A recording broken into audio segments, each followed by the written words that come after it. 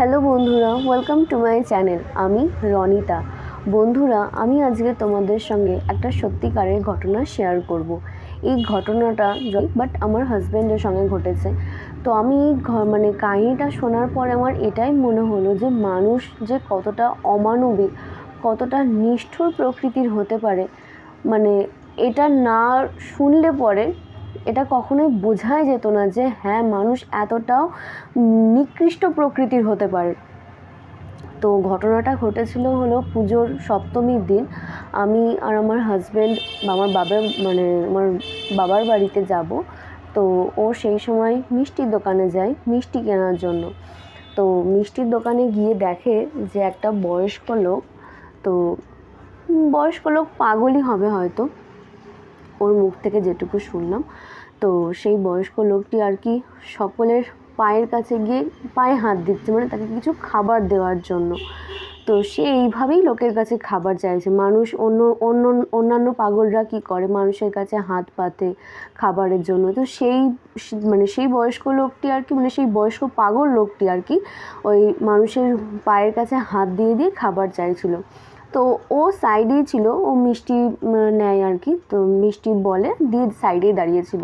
তো ওই বয়স্ক লোকটা একটা ছেলের নাকি পায়ে হাত দেয়, সে এরকম তাকে কিছু পয়সা দেয়। দেওয়ার পরে এরকম তো ওই বয়স্ক লোকটা সঙ্গে সঙ্গে একটা লোকের পায়ে হাত দেয়।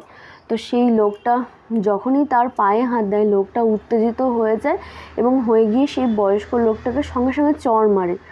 তো আমার হাজব্যান্ড রীতিমতো ওটা দেখে ভীষণ রেগে যায় আর কি, যে এটা কী ধরনের, যে হ্যাঁ অবশ্যই সেই লোকটার ভুল হয়েছে, যে তোমার খাবার দরকার বা তোমার কোনো কিছু দরকার, তুমি তার কাছে হাত পাতো, তুমি বলো যে আমাকে কিছু দেওয়ার জন্য, যেরকম অন্যান্যরা করে। কিন্তু গায়ে হাত দেওয়াটা কখনোই ঠিক না।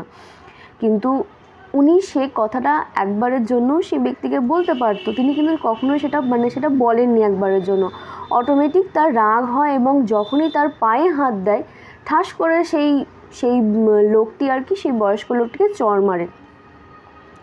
তো ও পাশে দাঁড়িয়েছিল। তো যখন ও বাড়িতে এসে আমাকে এই কাহিনিটা বলে, তো আমি তখন বলছি যে তুমি কেন প্রোটেস্ট করলে না, তুমি কেন প্রতিবাদ করলে না। বলছে দেখো, আমার এক তো পুজোর সময়, আমি শুধু ওই লোকটাকে বলবো আর ওই লোকটা তখন উল্টে আমাকে এই গরম দেবে। আর আমি বলতেই পারতাম, আমার না বলার কোনো কারণ ছিল না, আমি নিঃসন্দেহে বলতে পারতাম। কিন্তু আমি হয়তো একটা সময় সেই লোকটাকে বাঁচালাম। উনি যখন ফের আবার কারোর গায়ে হাত দেবে বা পায়ে হাত দেবে, তখন উনি ফের আবার মার খাবেন। আর শুধু পুজোর মধ্যে উনার সঙ্গে উনি একটা কথা বলবেন, আমি একটা কথা বলবো, আমার মাথা গরম হয়ে যাবে। আমি যেহেতু এক জায়গায় যাবো, তাই আমি মাথা গরম করে আমি ওখান থেকে চলে আসলাম। তো আমি আস্তে আস্তে ওই লোকটিকে একটা কথাই বললাম যে দেখুন, আপনি কার পায়েও হাত দেবেন না।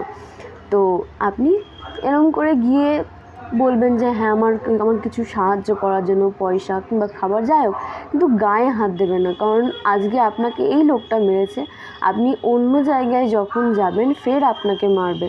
তো আমি তখন ওকে বললাম যে তুমি যখন বললে তখন ওই লোকটা তোমায় কিছু বললো না। বলছে ও তো পাগল, ও কী বলবে। তবে যখন ও চলে আসছে, দেখছে কি সেই বয়স্ক লোকটা কান্না করছে। তো আমার এই জায়গাটাতেই প্রশ্ন, যে আমাদের মধ্যে যে ধৈর্য শিক্ষিত, তাহলে আমরা কোন জায়গা থেকে শিক্ষিত? আমরা একটুতেই রেগে যাচ্ছি, একটুতেই চটে যাচ্ছি। একটা বয়স্ক মানুষ, সেই বয়স্ক মানুষটা মানছি যে তার পায়ে হাত দেওয়া উচিত না, কারণ সেই লোকটার থেকে তার বাবার বয়সে হতে পারে, আমি তাও ধরে নিলাম। তো সেই লোকটা প্রথমে ওই বয়স্ক লোকটাকে তো এটা বলতে পারতো যে দেখুন, আপনি একজন বয়স্ক মানুষ, আপনি কেন আমার পায়ে হাত দিচ্ছেন, কেন আপনার কিছু দরকার আমি আপনাকে দিচ্ছি কুনি। কিন্তু সেটা না বলে ঠাস করে একটা চড় মারা একটা বয়স্ক লোককে, এটা কখনোই ঠিক জিনিস নয়। তো আমার এই কাহিনিটা এটা শোনার পরে খুব খারাপ লেগেছিলো। আমি যখন বাড়িতে যাই, বাড়িতে গিয়ে আমার মাকেও বলি যে দেখো মা, আজকে আমাদের কি অবস্থা হয়েছে। আমরা একটু সহ্য শক্তি আমাদের সহ্য শক্তি এত কম, আমরা কোনোভাবেই সহ্য করতে পারি না, আমরা কোনোভাবেই টলারেটই করতে পারি না যে একটা বয়স্ক লোককে একটা মানুষ কিভাবে চড় মারে। তো আমার মা শুনেও সঙ্গে সঙ্গে এই একটা কথাই বলে যে পুজোর দিন কেন সেই বয়স্ক লোকটাকে শুধু মারতে গেল, কিছু বলতে পারতো, বা সে যখন খাবারের চাই সে যখন খাবারের জন্য এরকম করছে, তাকে কিছু খাবার দিয়ে দিতে পারতো। এরকম মারাটা সত্যি এটা পুজোকালের দিন বলে না, এটা কখনোই ঠিক না। তো আমি তোমাদের কাছে এই গল্পটা বলছি, মানে ঘটনাটা বলছি এই কারণের জন্য যে তোমাদের আশপাশেও যদি কেউ এরকম করে থাকে, তোমরাও প্লিজ প্রোটেস্ট করো, কারণ এগুলো ঠিক নয়, কখনো ঠিক নয়। একটা মানুষকে এরকম করে মারধর করা, এগুলো কখনো আমাদের শিক্ষার সেই ব্যবহার প্রচার দেখায় না যে আমরা যে বড়াই করি, যে আমরা শিক্ষিত, আমরা উচ্চ শিক্ষিত, আমরা এডুকেটেড। আমাদের ব্যবহার, আমাদের আচরণের মধ্যে দিয়ে সেগুলো কি আদৌ প্রকাশ পায়? একটা শিক্ষিত মানুষ আর একটা অশিক্ষিতর মধ্যে এই যে ফারাক, তাহলে সেই ফারাকটা কোন জায়গায় থাকছে? অশিক্ষিতও যে কাজ করছে, শিক্ষিত মানুষরাও সেই কাজ করছে, সেটা তো কখনো ঠিক দেখায় না। তো আমি তোমাদের কাছে এই গল্পটা বলে আমি আবারও এটাই বলবো যে এই ধরনের কাজ যদি তোমাদের সামনে কখনো ঘটে থাকে, তোমরা প্লিজ প্রোটেস্ট করো। আর তোমাদেরও যদি এরকম ধরনের কোনো ঘটনা জানা থাকে, বা তোমাদের সঙ্গেও হয়েছে, তোমরা কিছু করতে পারোনি বা বলতে পারোনি, তাহলে অবশ্যই আমাকে জানাবে। আর আমার আজকের এই ভিডিওটা তোমাদের কেমন লাগলো আমাকে অবশ্যই বলবে। আমার ভিডিও তোমাদের ভালো লেগে থাকলে তাহলে অবশ্যই আমার চ্যানেল সাবস্ক্রাইব করবে, লাইক, শেয়ার আর কমেন্ট করতে একদম ভুলবে না। দেখা হচ্ছে নেক্সট ভিডিওতে।